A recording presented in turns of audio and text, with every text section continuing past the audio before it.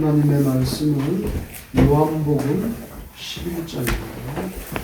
요한복음 11장 39절에서 44절, 요한복음 11장 39절에서 44절까지 교독하겠습니다.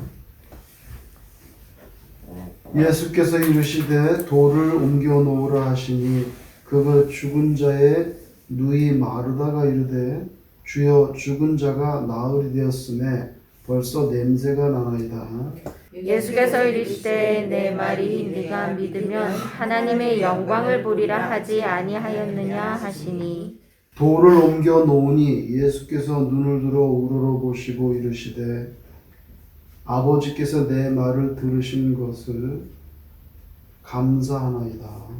항상 내 말을 들으시는 줄을 내가 알았나이다. 그러나 이 말씀 하옵는 것은 둘러선 무리를 위함이니 곧 아버지께서 나를 보내신 것을 그들로 믿게 하려 함이니이다.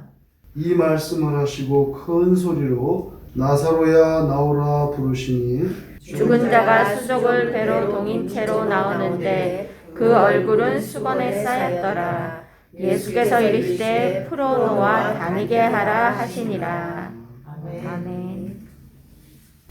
사람에게는 두 개의 손이 있는데 너무나 평범한 말이 되겠지만 이 손은 절대 이렇게 안으로만 이렇게 되지 이게 밖으로 이렇게 해가지고 굽어지지 않고 죽을 때까지도 이렇게 안으로만 접히잖아요. 이게 밖으로 접히지 않아요. 절대 뭐 아주 기형이 아닌 이상. 사람들은 항상 어쨌건 간에 내 중심적으로만 생각할 수밖에 없는 그런 존재라는 거죠.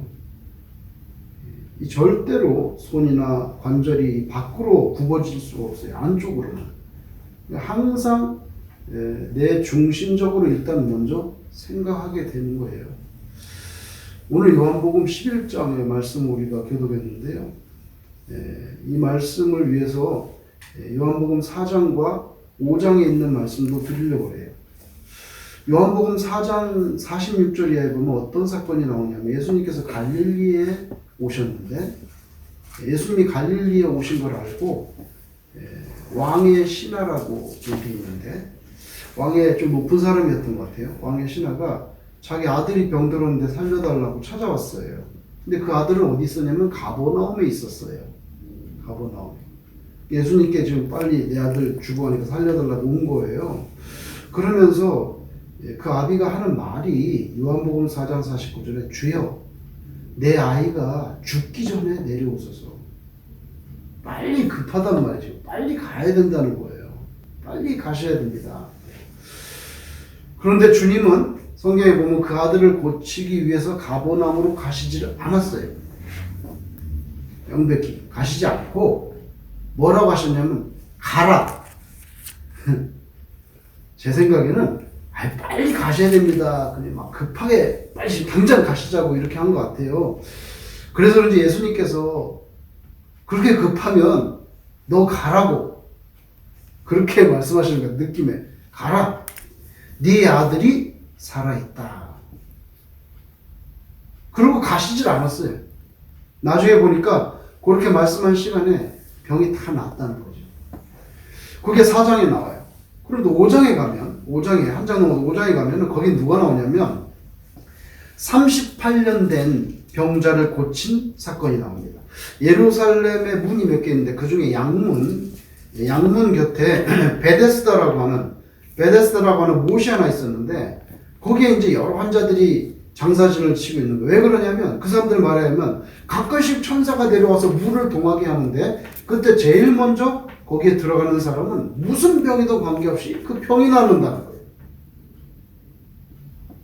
그래서 환자들이 거기 있는 거죠. 근데 38년 된 병자는 예수님께 뭐라고 말했냐면 요한복음 5장 7절에 주여 물이 움직일 때에 나를 못에 넣어주는 사람이 없어. 내가 가는 동안에 다른 사람이 먼저 내려가나이다. 이건 나 구조적으로 병 고치지 못할 운명에 처한 처지라 이거예요. 나는 움직이지를 잘 못해서 동작이 느린데 아무도 나를 양보해가지고 당신 오래됐는데 먼저 들어가시라고 38년이나 됐는데 이런 사람은 없고 나 가기 전에 다른 사람 먼저 다 들어갑니다. 다 자기 중심적이죠. 왕의 신하도 빨리 가셔야 되지, 빨리. 항상 우리 중심으로 생각하는 거예요. 그런데 38년 된 병자를 고친 것도 안식이 졌어요.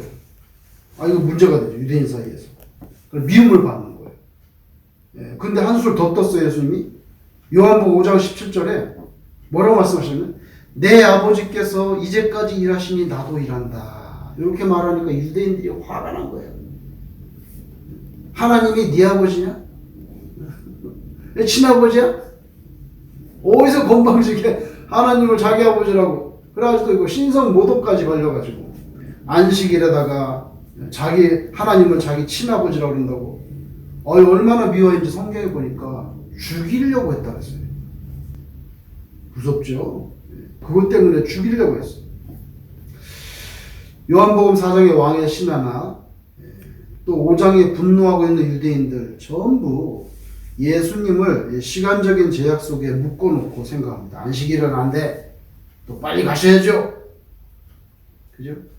근데 그 두 사건을 지나면서 예수님께서 하신 말씀이 있어요. 그게 5장 20절에 뭐라 하셨냐면 아버지께서 아들을 사랑하사 자기가 행하시는 것을 다 아들에게 보이시고 또 그보다 더 큰 일을 보이사 앞으로 더 큰 일을 보이사 너희로 놀랍게 여기게 하시리라. 이렇게 말씀하십니다. 가버나움에 있는 환자를 보지도 않고 요새 말로 원격으로 치료하고 38년 된 환자를 단 한마디의 말씀 뭐라 그러냐면 일어나 네 자리를 들고 걸어가라. 그 못 속에 들어가려고 그렇게 절망적인 가슴 품고 있지 말고 일어나서 내 자리를 들고 걸어가라 이렇게 말씀하니까 그만 일어나 버린 거예요. 여러분 이와 같은 기적을 보여주셨는데 이보다 더 큰 일을 보여주실 거다. 그래서 너희를 놀라게 할 거다. 그게 도대체 뭡니까? 그보다 더 큰 일. 환자도 안 보고 고치고 말씀 한마디로 38년 된 사람 일으키시고 그보다 더 큰 일은 아마도 부활과 예수님이 그때 말씀하실 때 요한복음 5장 20절에서 앞으로 더 큰 일을 보게 될 거다 할 때 그 말씀은 부활에 관한 말씀이 아니었는가. 우리가 그렇게 이해할 수밖에 없다는 거죠. 왜냐하면 5장 21절에 바로 이런 말씀하셨어요. 아버지께서 죽은 자들을 일으켜 살리신 같이 아들도 자기 자신이죠. 예수님 자기 아들도 자기가 원하는 자들을 살리시느니라. 이런 말씀을 하셨거든요. 그럼 그 당시 사람들 무슨 말 하는지 모르는 거예요. 예수님이 뭔 말씀을 하시는지. 근데 예수님은 왜? 아들도 자기가 원하는 자들을 살린대. 중요한 말씀입니다. 주님께서 원하는 자는 살릴 수 있다는 거. 이거 굉장한 충격적인 말씀이죠. 그게 예수님하고 굉장히 친하게 지내야 돼요. 예수님한테 잘 보여야 돼. 원하는 자를 살린다고 분명히 말씀하셨어요. 그래서 더 큰 일을 보게 된다 할 때 오늘 11장에 보니까 이제 그게 드디어 나타난 거 아니에요? 예수님께서 나사로가 병들었다는 소식을 듣고 성경에 보니까 즉시 가자! 이러질 않았어요. 요단강 근처에 세례 요한이 처음에 세례를 주던 그 어디에 예수님께서 계셨는데 베다니에 살고 있는 나사로가 병들었다고 하는 연락이 왔어요. 연락이 왔는데 성경에 보니까 이틀을 더 거기서 뭉개신 거예요. 이틀을 더 뭉개신 뭐예요? 이건 고의적이에요. 솔직히 말해서 죽을 때까지 기다리신 거죠. 우리가 나중에 깨달은 거죠. 죽을 때까지 기다리신 거예요. 그리고 나서 유대로 가자. 그러니까 제자들이 뭐라 말합니까? 유대인들이 돌로 치려고 금방 그러는데 또 거기로 가시려고 합니까? 요한복음 11장 11절에 우리 친구 나사로가 잠들었도다. 그러나 내가 깨우러 가노라. 그랬더니 아이 주여 잠들었으면은 낫겠나이다. 잠든 걸 깨우러 가세요. 그런 거를 그렇게 말하는 거예요. 그랬더니 나사로가 죽었느니라. 그렇게 다시 말씀하셨죠. 말씀하셨어요. 그리고 또 이해하지 못할 말씀, 제자들로서는 나사로가 죽었다고 하면서 요한복음 11장 15절에 내가 거기 있지 아니한 것을 너희를 위하여 기뻐하노니 이는 너희로 믿게 하려 함이라. 뭘 믿게 하려고? 주님이 죽은 자를 살릴 수 있다는 걸 보여줘야 될 거 아니에요. 근데 거기 계셨으면 병을 고치면은 그게 안 되잖아요. 그러니까 내가 너희를 위하여 거기 있지 않은 거 기쁘다. 그거는 너희로 믿게 하려고 하기 때문이지. 그런 말씀을 하신 거예요. 이거는 주님과 제자들 사이에 완전 불연속적인 대화야. 주님은 다 정상적으로 말씀하는데 제자들은 이해가 안 되는 것이에요. 뭐 잠들었다 그랬다가 또 죽었다 그랬다가 근데 죽었으면 슬픈데 또 거기 있지 않은 걸 기뻐하신다 했다가 이해가 안 가는 거예요. 이해가 안 가요. 여러분 오늘 본문에 드디어 이제 나사로 집에 왔는데 여러분 들어보세요. 주께서 여기 계셨더라면 내 오라버니가 죽지 아니하였겠나이다. 이런 약간 그런 푸념과 아쉬움조의 넋두리가 두 번 나오는데요. 11장 21절에서는 마르다가 말을 했고요. 마르다가 먼저 말했고 그 다음에 똑같은 말을 11장 32절에 마리아도 똑같은 말을 했어요. 죽을 병이 걸렸어도 죽기 전에 오셨으면 희망이 있는데 이제 다 늦어버리고 말았다는 거예요. 이제 오라비 나사로의 생명의 불이 다 꺼져버린 마당에 오셨으니 예수님도 이 여러 사람들처럼 그냥 평범한 조문객 중에 한 사람이 되신 거 아닙니까? 이렇게 말하는 거죠. 그래서 약간 원망하는 그런 찌꺼기가 남아있는 말이에요. 여기 계시기만 했어도 오라비 죽지 않았을 텐데 너무 늦게 오셨습니다. 연락을 벌써 보냈는데 언제 보냈는데 이제 오셨습니까? 여러분 요한복음 4장의 그 왕의 신하 얼른 가셔야 됩니다. 당장 가셔야 됩니다. 그죠? 인간적인 시공간에 묶어두려고 합니다. 예수님을. 그리고 오늘 11장에 완전히 포기했습니다. 마르다 마리아 두 자매들 예수님이 늦게 오셨는데 이미 나사로 다 죽었습니다. 종지부 찍어버렸어요. 예수님께 대해서 어떤 가능성도 열어두지 않고 있어요. 사람들은 언제나 자신들의 잣대를 가지고 자신들이 세워둔 전제들을 예수님께 이렇게 적용하려고 하는데 이거가 문제라는 거죠. 왕의 신하, 예수님을 죽이려고 했던 그 유대인들, 또 마르다 마리아 전부 예수님을 자기들이 생각하는 그 시간과 공간의 대전제에 따라서 예수님이 움직이셔야 된다고 그렇게 강요하고 있어요. 그러나 예수님은 그런 인간적인 전제에 따라서 움직일 필요가 없는 시공간의 창조주고 절대 주권자, 우리는 그거를 꼭 기억해야 된다는 거죠. 기억해야 된다. 내 생각이 안 된다 해도 주님은 하실 수가 있고요. 이거는 반드시 돼야 됩니다 해도 주님은 안 하실 수도 있습니다. 이게 신앙인 거예요. 신앙이 뭡니까? 내 계산과 내 생각이 이렇더라도 그 위에 하나님이 계시다는 걸 늘 인식하는 거죠. 나사로의 사건에 대해서 예수님 지금 막 도착하셨잖아요. 전에 말씀하시던 5장 20절에서 말씀하신 보다 큰 일을 지금 시작하시려고 하는데 마르다 마리아는 이미 다 마침표 찍었어. 자기는 찍어버렸어. 예수님은 아무 일도 아직 시작하지 않았는데 보러 인간들은 벌써 마침표가 다 찍어버렸어요.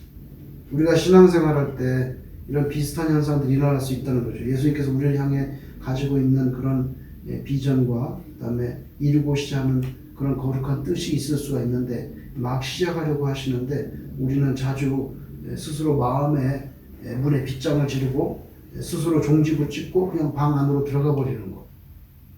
기도를 할 때도 예수님 그랬잖아요. 인내를 가지고 부단히 끝까지 기도하라는 것을 불의한 재판관의 비유까지 들어주시면서 그렇죠? 매일 가서 졸라.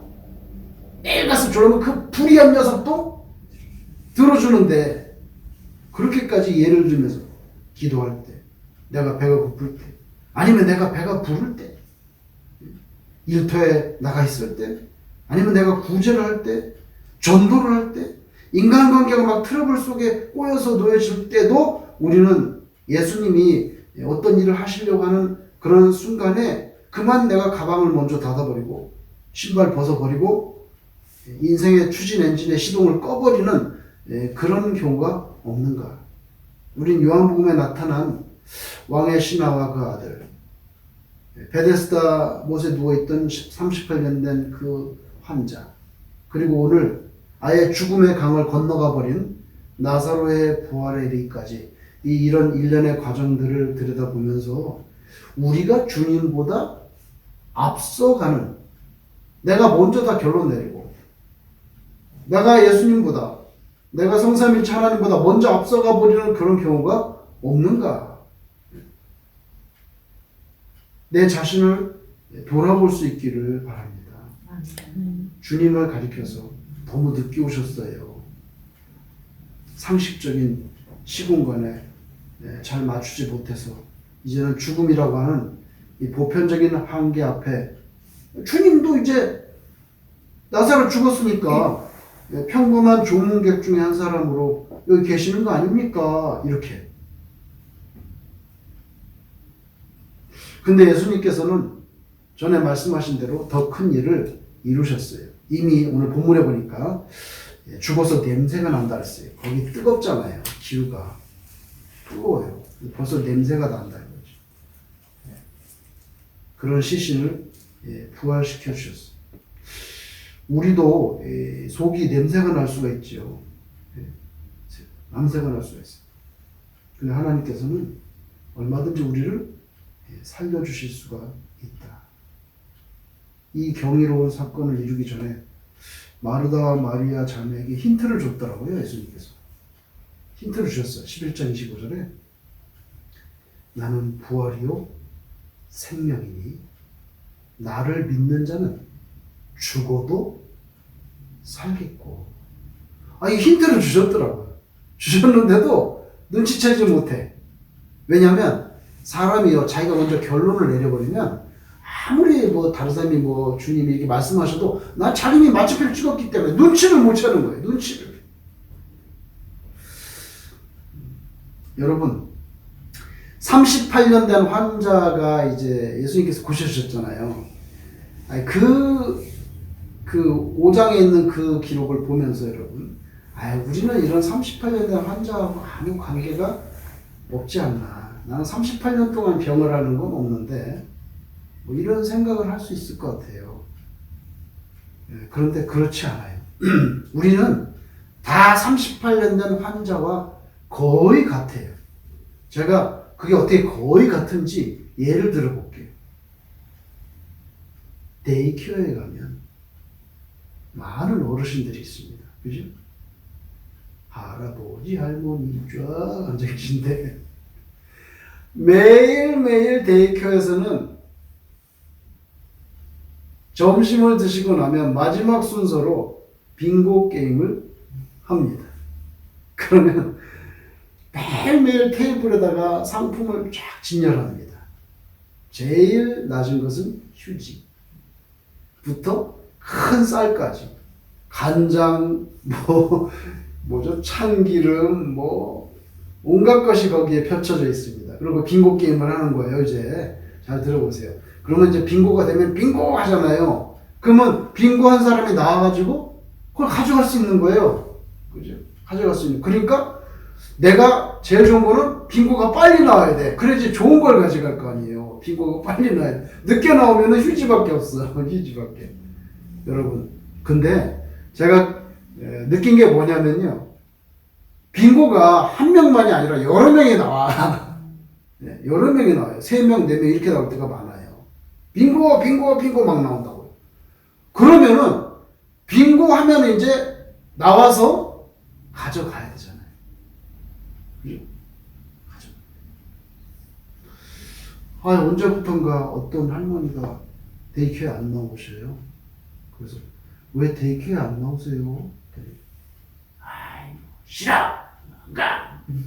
왜 그러세요? 그러니까 빙고가 돼도 자기는 지팡이 짚고 쩔뚝쩔뚝해서 이거 나와야 되는데 다른 사람이 쏜살같이 나가가지고 좋은 쌀 이런 거 참기름 다 가져가니까 너무 화가 나가지고 이제 그것도 한두 번이지. 그래 맨날 자기는 뭐 제일 늦게 나가니까 보면요 뭐 대기업 사장이 뭐죠? 빙고에 목숨 걸지 마세요. 근데 진짜 빙고에 목숨 걸었어요. 걸었어요. 정말 에브리데이 거는 거예요. 여러분 지팡이 짚고 막 서둘러 가다가 넘어지시면 어떻게 되겠어요? 근데 그것도 그래. 빙고 했는데 사자 갖다 줄 수는 없잖아. 왜냐면 한꺼번에 그럼 어떻게 갖다 줘? 할 수 없지 자기는. 그잖아요. 그래서 우리 식으로 말하면 시험에 들어가지고 안 나가 대기 안 가. 그걸 한 38년 된 자, 나 아무도 넣어주는 사람이 없어가지고 뭐가 달라요? 자, 그걸 보면서 그 모습들을 보면서 빙고에 목숨 걸었다는 말 내가 동의하고 우리는 죽을 때까지 빙고 인생이구나. 손을 안으로 손바닥 안으로 굽고 내가 먼저 가야 되고 아무도 양보하지 않아요. 아무도 양보하지 않아요. 그리고 항상 여기 빙고 상품에 놓여있는 요 앞에 빨리 나와야 되니까 여기 차지하려고 매일매일 싸우는 거예요. 여기 내 자리인데 여기서 내가 몇 년 동안 앉아있는 새로 오신 멤버들은요 모르잖아요. 무슨 자리가 있는지. 그냥 아무데나 턱 앉는 거예요. 그러면 딱 벌써 오면서 위아래 멍터가 뭐야 당신. 여기 내가 어떻게 차지한 자리인데 여기 빙고 해야 되는데. 38년 된 환자가 남의 이야기예요? 바로 우리들의 이야기죠. 우리들의. 여러분, 인간은요, 자기 중심적이고 양보하지 않아 잘. 그런 사람 별로 없어요. 자기 중심 양보하지 않고요. 그리고 그래서 절망할 수밖에 없는 존재들이에요. 내가 항상 빙고가 되고 항상 1등으로 뛰어나갈 수는 없잖아요. 그죠? 그리고 예수님께서 그러지 말고 거기 들어가려지 말고 자리 들고 일어나서 그냥 걸어가. 이거는요 엄청난 저는 사건이라고 봐요. 여러분 믿음이 뭔가? 믿음이 뭔가? 전지전능하신 절대 주권자 하나님을 의지하고 사는 거, 나의 상식적인 전제들 그런 게 있는데 그걸 가지고 자꾸만 하나님께 어플라이 하려고 하지 말고 그것 때문에 예수님을 초청하려는 게 아니라 예수님 하나님의 뜻과 역사하심을 우리가 먼저 생각하고 제가 거기에 어떻게 쓰임 받을 수 있나요? 이렇게 나아가야죠. 그게 믿음이라는 거예요. 우리의 필요와 계획에 따라서 예수님을 이쪽으로 오세요. 저쪽으로 오세요. 빨리 오세요. 천천히 오세요. 3개 가지고 오세요. 이런 게 아니라 오히려 주님이 이루시고자 하는 뜻과 경륜에 대한 그분의 부르심에 우리가 인격적인 위임을 걸고 주님이 뭘 원하시는 거죠? 제가 어디로 몇 개를 가지고 걸어가야 되는 거죠? 그렇게 돼야 된다는 거죠? 그게 신앙이 아니냐는 거예요. 신앙이 이쪽으로 오세요. 빨리 오세요. 천천히 오세요. 이거 가지고 오세요. 저거 몇 개 가지고 오세요. 그거 아니라는 거죠. 주님이 더 큰 일을 이루시는 그 과정에 참여자와 헌신자로 우리를 부르실 때가 있는데 우리가 그 초청에 책임적인 응답을 하는 거, 그게 믿음이 아니면 혼인잔치에 여러분 포도주 떨어졌네. 요한복음 참 재밌어요. 포도주 떨어졌어. 이거 요한복음에 밖에 안 나와. 요한복음이 없으면요 이거 모르는 거예요 우리는요. 그죠? 2장에 나오잖아요. 가나에. 그래서 지금도 가나에 가면 가게마다 포도주가 쫙 있어. 그 성지순례 간 사람들 전부 포도주 한 병씩 사는 거야. 왜냐면 여기 가나에서 사온 거라고. 가나에서. 여러분 포도주 떨어지는 심각한 상황이 발생했는데 식수도 아니고 출타했다가 사람이 집으로 돌아오면 문간에서 물 퍼가지고 발부터 닦아. 발 닦고 손 닦는 그 물을 담아놓는 항아리들이 있어요. 항아리들. 예수님 뭐라고 말할까? 포도주 떨어졌다는데 항아리에 물 채워. 예? 그 항아리 거기는 식수를 담는 데도 아니에요. 발 닦는 물 하는 그 항아리를 왜 채우는 거냐고 지금. 그렇게 토를 달지 않고 순종했던 그 종들이 주님의 기적을 직접 체험했죠. 성경에 보면요. 연회장은 이렇게 좋은 포도주가 어디서 나오는지 모르는데 종들은 알고 있다 그랬어요. 종들은. 왜? 토를 달지 않고 순종했던 이들이 하나님의 역사를 눈으로 본 거예요. 눈으로 본 거예요. 그래서 우리가 신앙생활할 때 하나님 앞에서 순종적인 헌신자로 그렇게 쓰임을 받아서 하나님께서 여러분 한 분 한 분을 통해서 혹시 더 큰 일을 이루시려고 할 때에 믿음의 눈을 가지고 기대하시면서 그렇게 신앙생활 하시기를 주님 이름으로 축원합니다. 아멘.